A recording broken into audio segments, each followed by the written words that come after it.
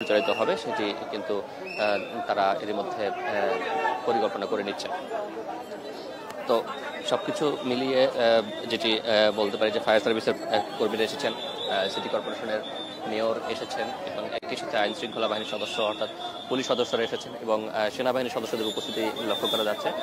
সেনাবাহিনীর সদস্যরাও কিন্তু এখানে শৃঙ্খলা রক্ষার কাজ করে যাচ্ছেন, উৎসুক জনতার ভিড় এড়াতে তারা কাজ করে যাচ্ছেন এবং একই সাথে পুলিশও কিন্তু সেই শৃঙ্খলা রক্ষার কাজটি করে যাচ্ছেন।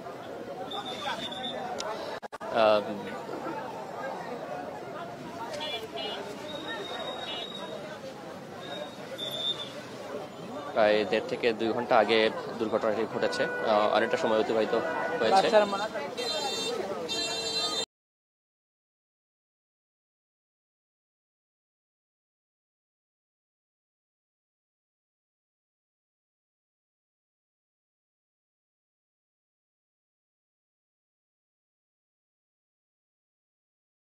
যে ফায়ার সার্ভিস 2জন ডুবুরি দল তারা কিন্তু এরই মধ্যে নামার প্রস্তুতি নিচ্ছেন এবং আমরা যেটি শুনছিলাম যে রিক্সাটিও এখনো উদ্ধার করা সম্ভব হয়নি এবং রিক্সায় ছিলেন শিশুটির মা এবং তার দাদি।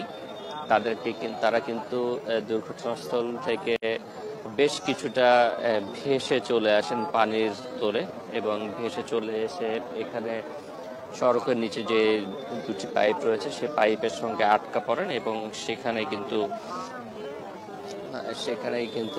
সেখানে পরবর্তীতে সড়কের যে স্ল্যাব রয়েছে সেই স্ল্যাব সরিয়ে তাদেরকে উদ্ধার করা হয়। তো পানির স্রোত একটি বিষয়, যেহেতু দুর্ঘটনাস্থল থেকে মা এবং দাদি অনেকটা ভেসে চলে এসেছেন,